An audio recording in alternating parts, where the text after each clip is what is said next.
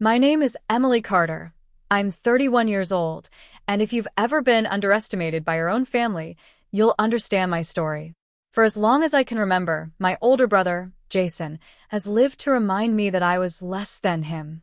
He was only 3 years older, but he carried himself like a king. In high school, he teased me for not being popular enough. In college, he mocked me for choosing a practical major, business management, while he bounced between flashy but unstable career dreams. And as adults, his favorite topic was money. Jason was obsessed with status symbols, cars, watches, designer shoes. If you didn't have them, you were beneath him. And when it came to housing, he thought renting was the ultimate disgrace. "Renting is throwing money away," he said once at a family barbecue, loud enough for the whole backyard to hear.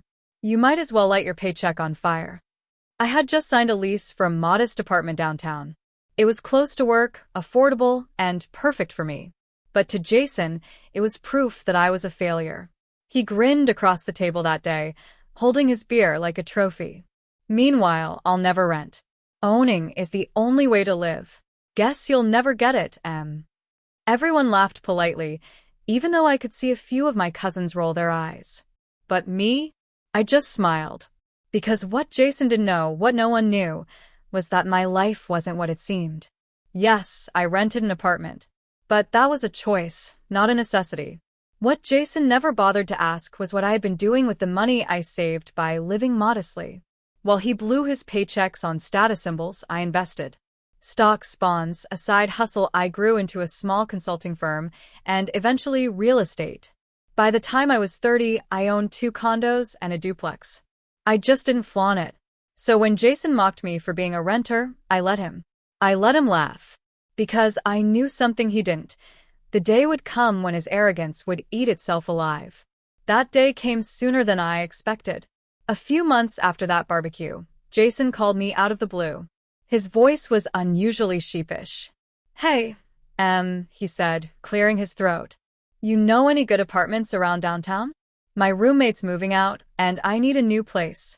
Can't buy just yet. Market's crazy." I almost choked on my coffee. Jason? Renting? The same brother who swore he'd never waste a dime on rent? I bit my lip to keep from laughing. "Yeah, I might know a few places," I said carefully. "What's your budget?" He rattled off a number that made me raise an eyebrow. It was higher than I paid for my own rental, but just low enough to perfectly match the unit I had open in my duplex. I sat there, phone pressed to my ear, my heart pounding with a mix of shock and glee. He wants to rent, and I have exactly what he needs. But I didn't tell him. Not yet. Instead, I gave him the number of my property manager, a woman named Denise who handled all the paperwork and tenant interactions for me. Jason had no idea I owned property, so to him it would look like he was applying through a normal leasing office. And that was exactly how I wanted it. Because I wanted the reveal to hit him when it mattered most, when he signed on the dotted line. The weeks leading up to the signing were excruciating. Jason bragged constantly in our family group chat about the great deal he found. "Top floor unit, downtown," he texted one night. "Balcony view, modern appliances. Landlord seems super professional too. Finally, a place that matches my standards." I had to mute the chat, so I wouldn't accidentally give myself away, with a laughing emoji. Meanwhile, Denise kept me updated. Jason's application came through clean, his deposit cleared, his move-in date was set. Everything was lining up perfectly. And all the while, Jason still mocked me whenever we spoke. "You still renting that shoebox, Em?" he asked one Sunday call with Mom on speaker. Man, I could never live like that. I'd feel like a failure. Mom tooted at him, but I could tell she didn't know what to say. Jason had always been her golden child, the one who could do no wrong. I swallowed my anger, keeping my tone light. "Don't worry, Jason. I think you'll be learning a lot about renting soon enough." He laughed, oblivious. "Yeah, right." Oh, he had no idea. Finally, the day came. The lease signing. Jason strutted into the leasing office in his tailored blazer and expensive sneakers, grinning like he owned the world. He didn't even notice me at first. I was sitting at the far side of the conference table, papers neatly stacked in front of me. "Denise," he boomed, shaking her hand. "Thanks for setting this up. I can't wait to move into my new place." She smiled politely, then gestured toward me. "Of course. This is Emily Carter, the property owner. She'll be reviewing the lease with you today." Jason froze mid-step. His head whipped toward me, his eyes wide as saucers. "You," he croaked. I smiled sweetly, folding my hands. "Me." The silence that followed was delicious. Jason's face flushed red, then pale, then red again. He sputtered like an engine that wouldn't start. "Wait, this is your place? You own this building?" "Technically," I said calmly, sliding the lease toward him. "I own the whole duplex. This is just one of the units." He gaped at me, his mouth opening and closing like a fish out of water. For once in his life, Jason had no comeback. And in that silence, as he stared at the papers in front of him, the tables turned. Because the man who mocked me for being a renter was about to sign a lease, making me his landlord. And I wasn't about to let him forget it. Jason sat frozen, his hand hovering above the lease papers like they were laced with poison. His smug grin from moments before had melted into something rare for him. Panic. "You've got to be kidding me," he muttered, glaring at Denise, then back at me. "This is some kind of joke, right? You're not the owner. You can't be." I leaned back in my chair, calm as could be. "I assure you, Jason, this is very real. I've owned the property for 2 years. You're here to sign a lease with me. Well, if you still want the apartment." His jaw clenched. "Why didn't you tell me?" "Why would I?" I asked, raising an eyebrow. "Every time I try to share anything about my life, you turn it into a competition or an insult. You made it clear you think renting is pathetic. I figured you'd find out the truth when it mattered most." Denise cleared her throat awkwardly, clearly trying to keep things professional. "If you'd like to proceed, Jason, the terms are exactly as we discussed. First month, last month, and security deposit have already been cleared. All that's left is your signature." Jason's face darkened. He glanced down at the papers, then back at me. "No way. I'm not signing this. I'm not living in a place you own. Forget it." I shrugged. "That's your choice. But you already paid the deposit. Non-refundable, by the way. Denise explained that when you applied, didn't she?" Jason's face twitched. He looked at Denise, who nodded politely. "That's correct. The unit will be held until today. If you choose not to sign, the deposit is forfeited." I watched the realization wash over him. He had spent weeks bragging about this perfect apartment to his friends, even told Mom about how it was finally a place worthy of him. And now, if he walked away, he'd lose his money and his pride. It was delicious. He leaned closer across the table, lowering his voice like Denise wasn't 2 feet away. "Emily, come on. You've made your point. You don't really want me as your tenant. We'll both regret it. Just give me my deposit back, and we'll call it even." I folded my hands neatly. "Business doesn't work that way. You signed the application, Jason. You knew the terms. If you walk away now, you lose the money. If you sign, you get the place. It's up to you." For once, Jason didn't have control, and I could see how much it burned him. His eyes flicked between me and the papers, his knee bouncing under the table. Finally, he grabbed the pen with a grunt and scrawled his signature across the bottom line. "Fine," he spat. "But don't think this means you've won. This is just temporary. As soon as I find a better place, I'm gone." I smiled sweetly, sliding the signed lease toward me. "Of course. Until then, I'm your landlord. Welcome home." Denise stifled a grin as she gathered the documents. Jason stormed out without another word, his sneakers squeaking against the polished floor. I sat there for a moment after he left, savoring the satisfaction. For years, Jason had mocked me, belittled me, made me feel small. But now, he was living under my roof, and I intended to enjoy every second of it. The first week was almost comical. Jason moved into the duplex acting like nothing had changed. He strutted around the property like he owned it, greeting neighbors with his usual arrogance. But But the thing about leases is that reality always creeps in. The first reality check came with the parking spot. Jason had assumed he'd get the garage. It was in the listing, but clearly marked as first come, first served unless otherwise arranged. Naturally, he tried to park his car there on day one. I caught him as he was unloading boxes. "Hey, Jason. The garage is reserved for Unit A." He scoffed. "Yeah, well, I'm your brother. Make an exception." I crossed my arms. "Business is business. You're in Unit B, street parking's yours." The look on his face was priceless, pure outrage mixed with disbelief. "You're seriously going to treat me like some random tenant?" I smiled. "That's exactly what you are."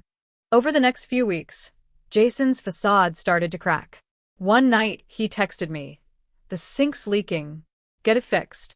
I replied, "Submit a maintenance request through Denise." The next morning, he called me. "Really, Em? You can't just come fix it yourself? You're my sister." "Exactly," I said evenly. "Which is why we have procedures. Fill out the form like everyone else." His groan on the other end was music to my ears. Of course, Mom eventually found out. She called me one evening, her voice high-pitched with disbelief. "Emily, is it true? Jason says you tricked him into renting from you." I took a deep breath.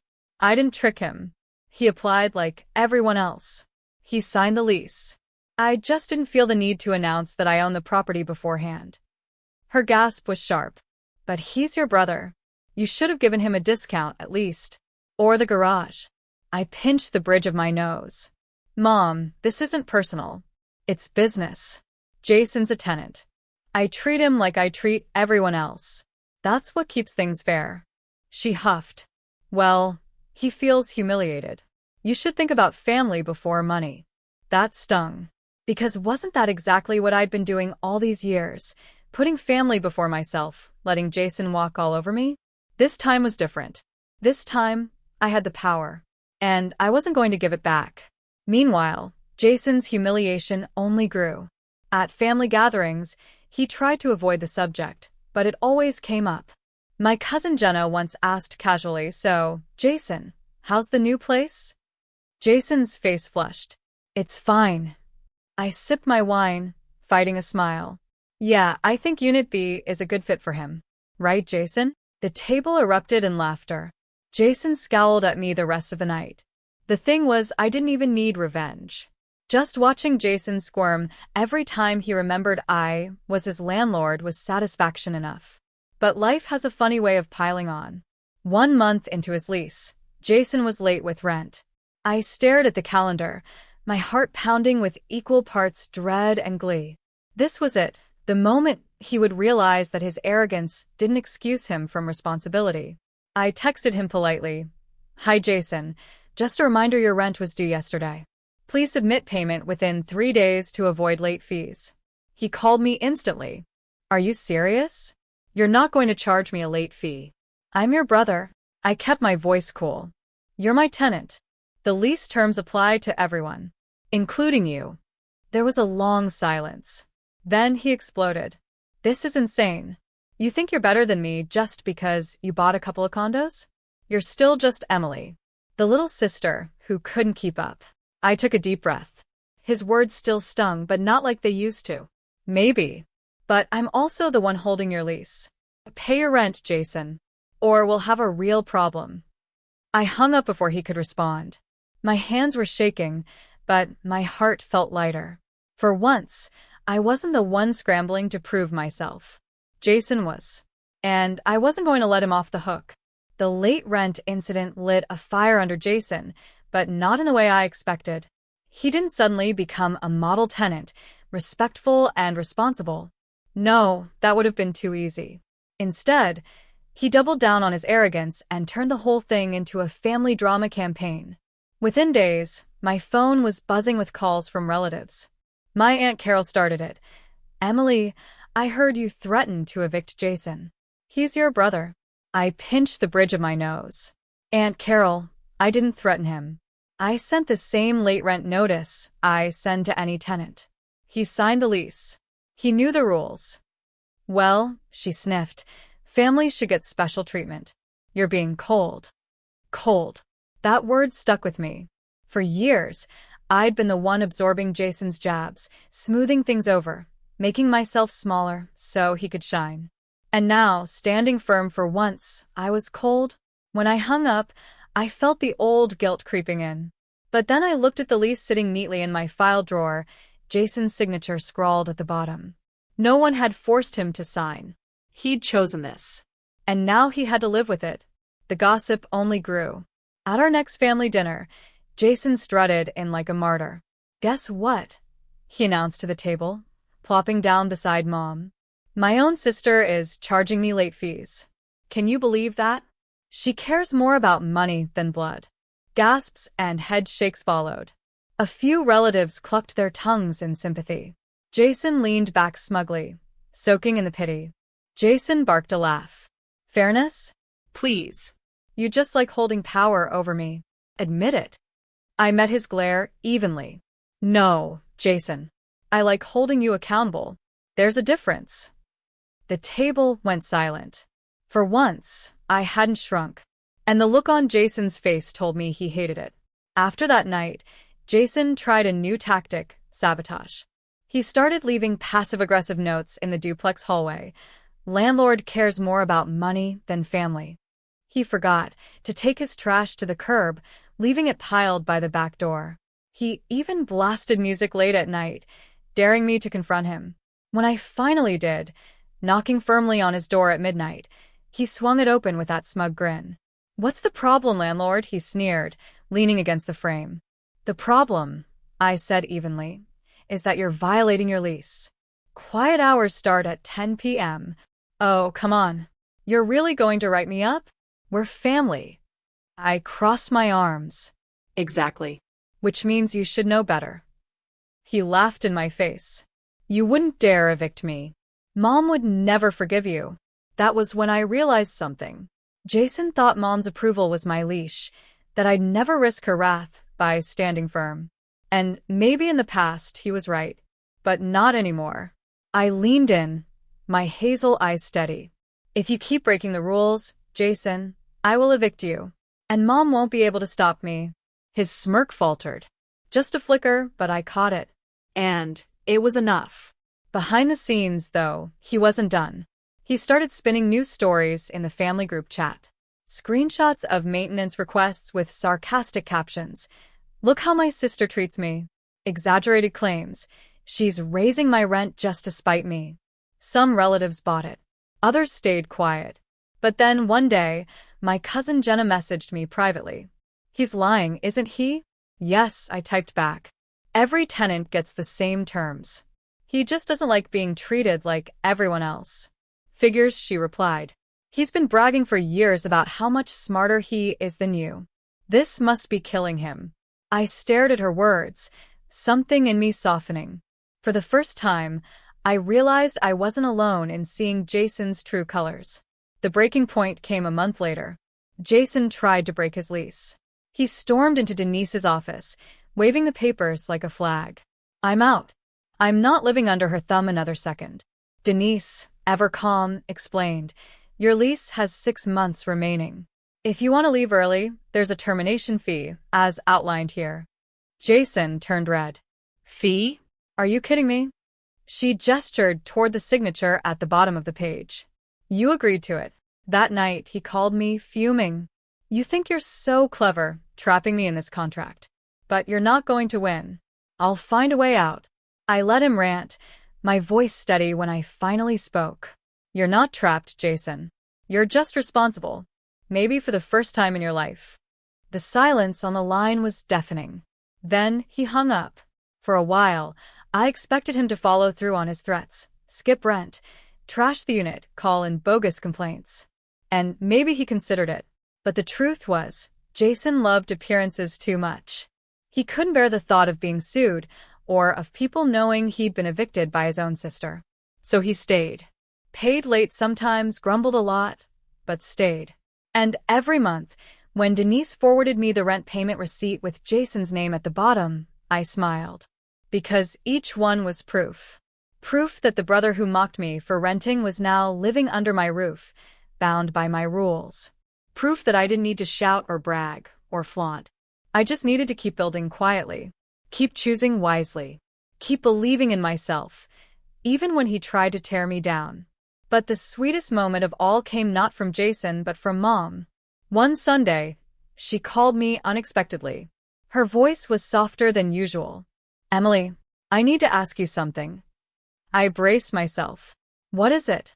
"Is it true," she asked, "that Jason pays rent to you? That you own the building?" I took a deep breath. "Yes, Mom.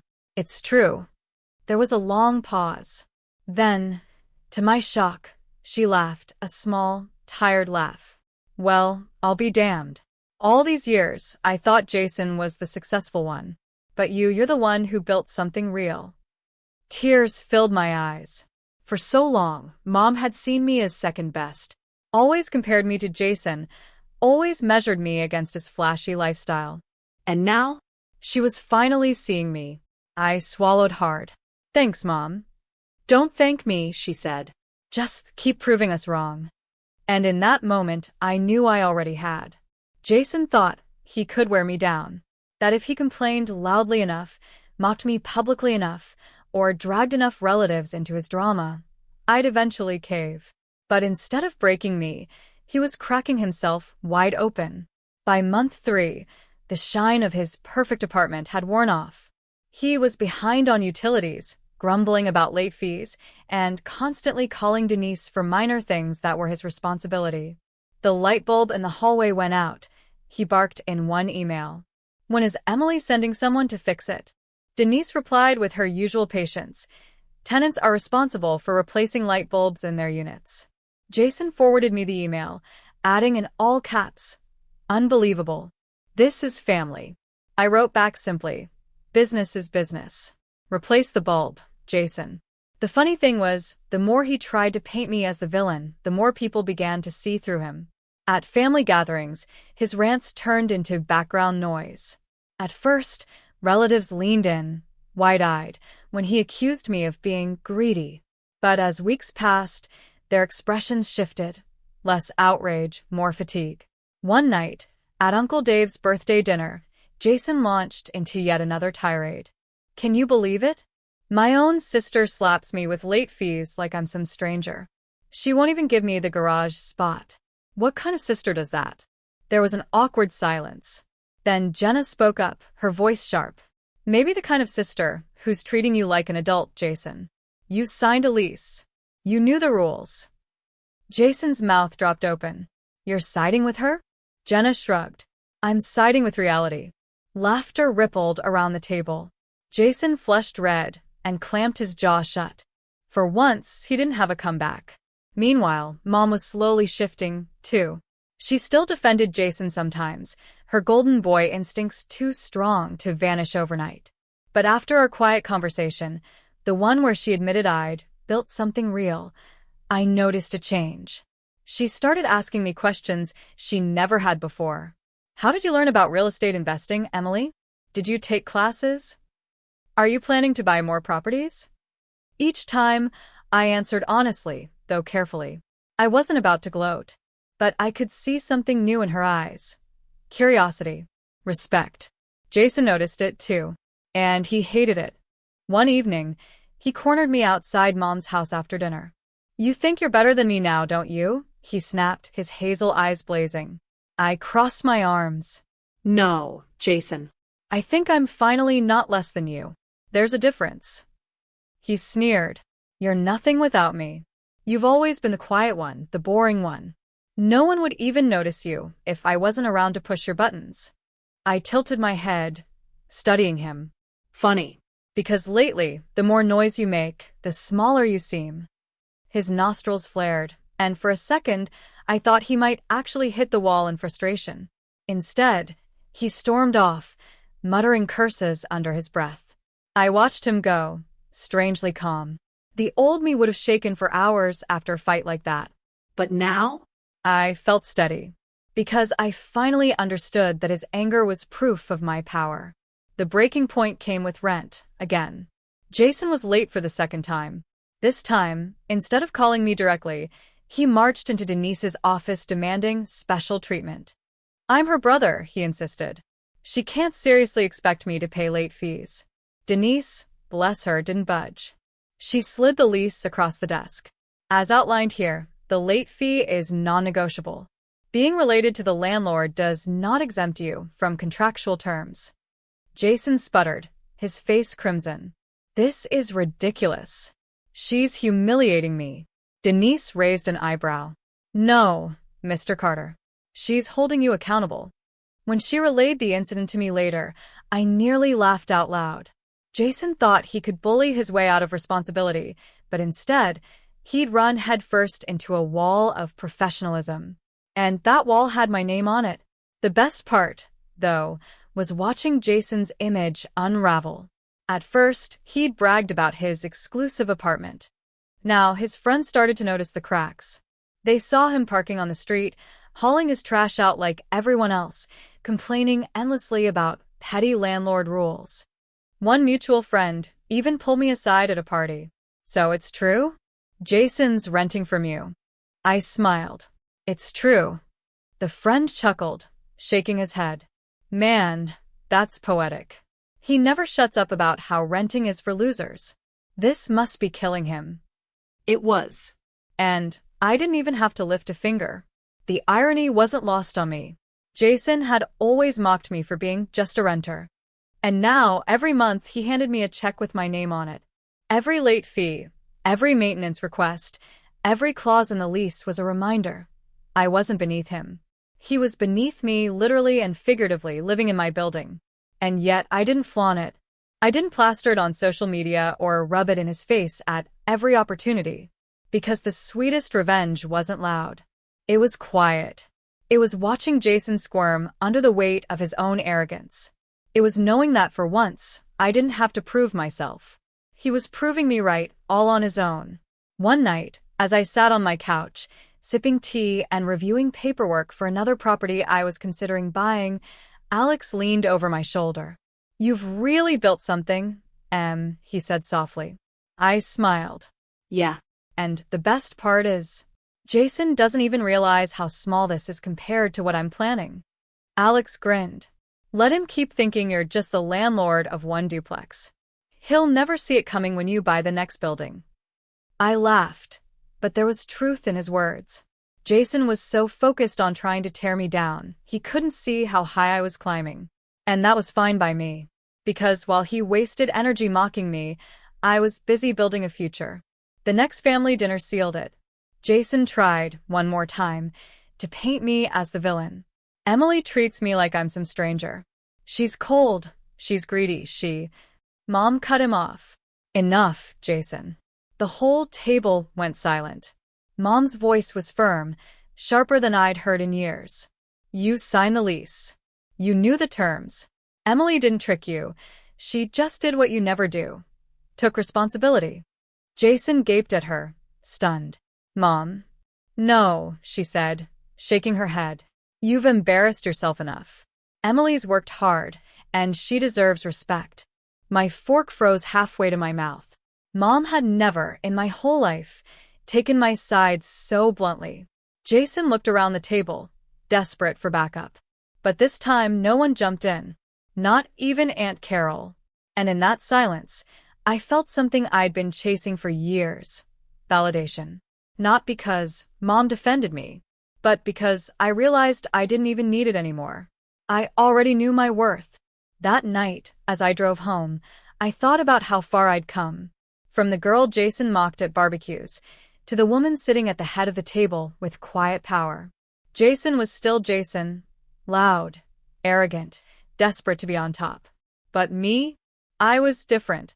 I wasn't fighting for scraps of approval anymore. I was building. And he was living proof of it. By month 5, the cracks in Jason's facade were too wide to ignore. He still strutted around at family events, but the swagger wasn't as strong. He still tried to mock me, but the jabs didn't land like they used to. Because behind the smirk, everyone could see it. Jason was slipping. And he knew I knew it. It started with rent again. The first of the month came and went. No payment. 2 days later, Denise sent the standard reminder. Still nothing. By day 5, I texted him directly. Jason, your rent is overdue. You have until Friday to pay before late fees apply. He called instantly. His voice was sharp, defensive. Relax, I'll get it to you. Stop acting like some collection agency.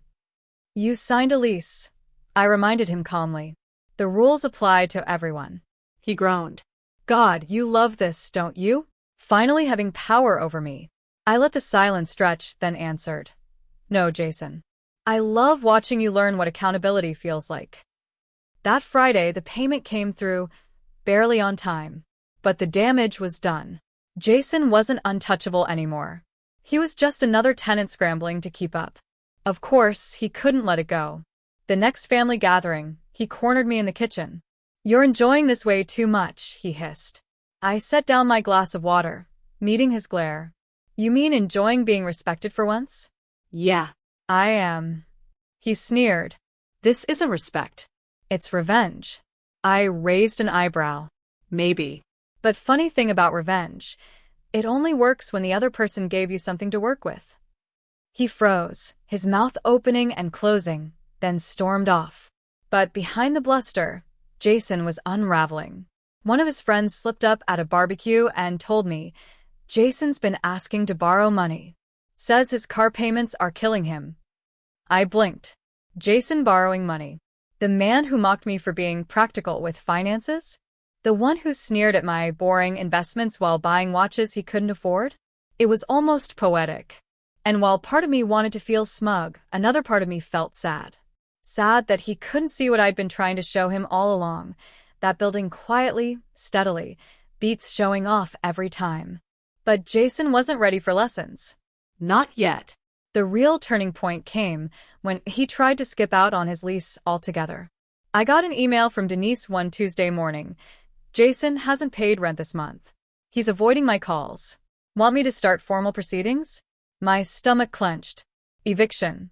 The word carried weight. Jason had always believed he was immune. That no matter what he did, someone, usually me or Mom, would bail him out. But this time, there was no bailout. I drove over to the duplex that evening. Jason opened the door, looking rougher than I'd ever seen him. Dark circles under his eyes, hair unkempt, a half-empty pizza box on the counter behind him. What do you want? He muttered. Your rent, I said plainly. He rolled his eyes. I told Denise I'd get it to her. You've told her a lot of things, I said, stepping inside. But the reality is you're weeks late. And if you don't pay, I'll have to file. You know what that means, right? Court. Records. No more pretending you're above everyone else. For the first time, his bravado cracked. His shoulders slumped. You wouldn't do that. Not to your own brother. I met his eyes steadily. I would. Because I've spent my whole life being your punchline. And I'm done. This isn't about being your sister. This is about being your landlord. You don't get to skip out just because we share blood. He swallowed hard, looking away. I don't have it right now. I sighed, the tiniest part of me aching. Then figured out. You've got 1 week. After that, I file. When I left, my heart was pounding. Part of me felt cruel. But another part knew this was the only way Jason would ever learn. The next week was tense. Jason avoided me completely. Denise kept me updated, no payment. Finally, on the last day of the deadline, the rent came through. Barely. When I saw the confirmation, I sat back in my chair, exhaling slowly. He'd saved himself this time. But only just. And I realized something important. Jason wasn't the one holding the strings anymore. I was. The shift rippled into the family. At the next dinner, Jason was quieter. He didn't mock me, didn't brag. He just ate, eyes down, while the rest of us talked. At one point, Mom leaned over and whispered, "What did you do to him?" I smiled faintly. "Nothing, Mom. He's just finally realizing he can't win every game." She studied me for a moment, then nodded.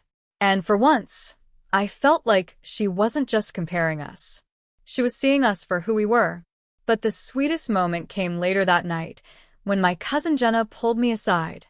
"You know," she said quietly, "we used to think you were just the quiet one.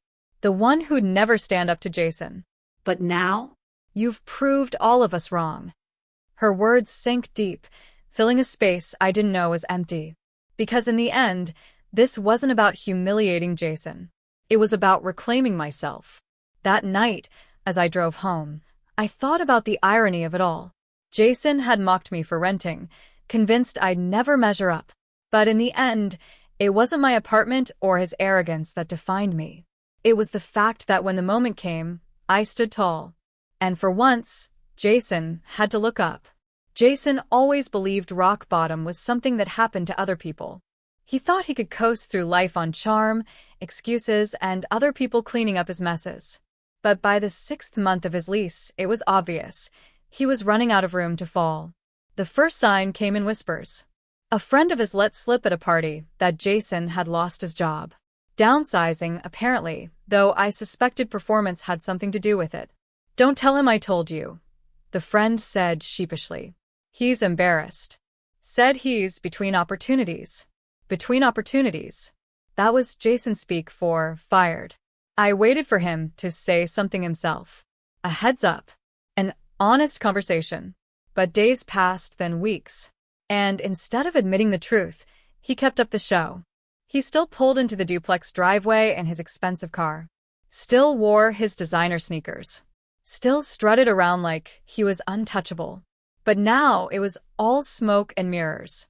And I knew eventually the smoke would clear. Rent day came. No payment. Denise sent the reminder. Nothing. By week 2, my stomach was tight as a knot. Finally, Jason texted me. "I'll have it soon. Don't panic." I replied. "Rent isn't optional. You have until Friday." That Friday came. Still nothing. When Denise called to confirm, her tone was gentle but firm. "Emily, we can start the process. You've given him more chances than most landlords would." My throat tightened. This wasn't just any tenant. This was my brother. The kid I grew up with. The one who teased me endlessly. The one mom still called her golden boy. But this was also business. And Jason had signed a contract. I closed my eyes. File the notice. Delivering that notice was one of the hardest things I've ever done. Jason opened the door in sweatpants and a stained t-shirt, his usual bravado nowhere to be found. His hazel eyes widened as he saw the paper in my hand. "What's this?"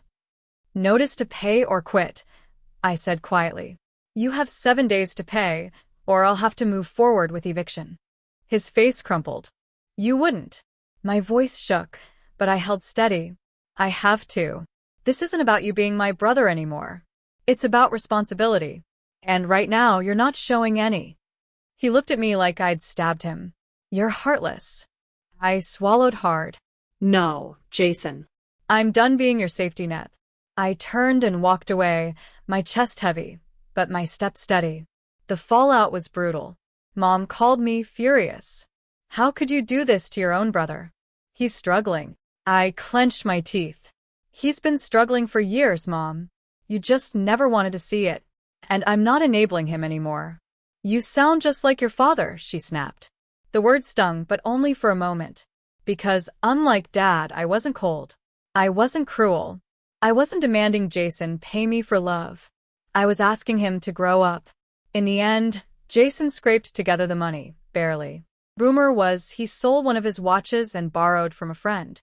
He paid just in time to avoid eviction, but the humiliation was written all over him. For once, he couldn't spin the story to make himself the hero. He'd bragged so long about being the one who had it all figured out. But now, everyone could see the truth. Jason was just another guy drowning in his own bad decisions. And I was the one keeping my head above water. Meanwhile, my own life was moving forward. That spring, I closed on another property, my biggest yet, a small 4-unit building. When the realtor handed me the keys, I stood outside in the sunlight, the metal warm in my palm, and felt a surge of pride I couldn't explain. Jason was unraveling, but I was building, and the contrast couldn't have been clearer. One evening, I drove past the duplex. Jason's car was gone, but the lights in his unit were off, too. For a moment, I wondered if he'd skipped out. But when I checked with Denise the next morning, she confirmed he was still there, just keeping a low profile. It hit me then. The brother who once mocked me so loudly for throwing money away on rent was now hiding from the very landlord he used to laugh at. And the landlord was me. The sweetest moment came not from Jason but from Mom again. She called one afternoon, her voice quieter than usual. "Emily, I don't know what's happening with your brother. He won't talk to me. But I want you to know, I see what you've done. I see how hard you've worked. And I'm proud of you." For a second, I couldn't speak. I'd spent my whole life chasing those words. And now, here they were, soft, hesitant, but real. Tears pricked my eyes. "Thanks, Mom." Jason might never say it, but hearing it from her, it meant something. As summer rolled in, the dynamic between us was unrecognizable. Jason still lived in my duplex, but the power had shifted completely. He no longer mocked me, no longer boasted. He avoided me when he could. And I realized something important. I didn't need his validation anymore. For years, I thought proving myself meant beating Jason at his own game. Louder, flashier, bigger. But the truth was I'd already won. Not because I humiliated him, but because I built a life on my own terms, steady and real, while he drowned in the shallow waters of appearances. And no matter how much he tried to deny it, every rent check with my name on it was proof. The irony wasn't lost on me. Jason once told me I'd never understand what it meant to own anything. But here I was, holding deeds, keys, and a future I'd built brick by brick. And him? He understood ownership now, just not in the way he'd imagined. Because every month he handed it to me. By the 7th month, Jason was a shadow of the brother who once laughed at me across picnic tables and family dinners. The man who used to puff out his chest and mock my boring renter life now slouched down hallways, avoiding my eyes when we passed. And honestly, it felt surreal. The final crack came on a hot August evening. Denise called me, her voice low. "Emily, I just got word from Jason. He's giving notice. Says he's leaving before the lease ends." I raised an eyebrow. Did he pay the termination fee? There was a pause. No. "He says you won't make him." I almost laughed. It was so Jason, always assuming rules didn't apply to him. But this time, I wasn't the little sister too scared to push back. "No exceptions," I said firmly. "If he wants out, he pays. Otherwise, he stays until the lease runs out." Denise chuckled softly. "That's what I figured you'd say." Later that night, Jason showed up at my door. No swagger, no smirk, just exhaustion. "Emily," he muttered, shoving his hands into his pockets. "We need to talk." I stepped aside, letting him in. He sat on the couch, head in his hands, looking more like a lost boy than the golden son he always pretended to be. "I can't do it anymore," he admitted. "The rent, the bills, the car payments. I'm drowning." I thought I could handle it, but his voice cracked. I was wrong. For a long moment, I just watched him. This was the first time in my life I'd heard Jason say those words. I was wrong. "I'm not going to bail you out," I said quietly. "I'm not going to forgive fees or pretend this never happened. You signed a lease. You owe money. That's the reality." He winced. "I know." Silence stretched between us. Then, hesitantly, he looked up. "How did you do it? How did you build all this when he trailed off, gesturing helplessly. "When I ended up here?" The question hit harder than I expected. Because beneath the arrogance and the rivalry, I saw something raw in his hazel eyes. Shame. I folded my arms, steady. I stopped caring about appearances. I stopped trying to impress people who didn't matter. And I worked, quietly, consistently. While you mocked me for renting, I was investing. While you spent money to look rich, I was saving to be free. He swallowed hard. "So all of this is my fault." I softened just a little. "It's your choice. But the good news is, choices can change." He nodded slowly, staring at the floor. For once, there was no fight left in him. In the end, Jason scraped together the termination fee and left the duplex. Watching him drive away, his car piled with boxes, I felt a strange mix of emotions: relief, sadness, even a touch of pity. But mostly, closure. Because for once, I wasn't the one chasing his approval. I was the one setting the terms. Family, of course, buzzed with the story. Some whispered that I'd been too harsh. Others said Jason got what he deserved. But for the first time, I didn't care either way. Their opinions weren't my leash anymore. What mattered was this. I had drawn a line, and I hadn't crossed it. And in that boundary, I found my freedom.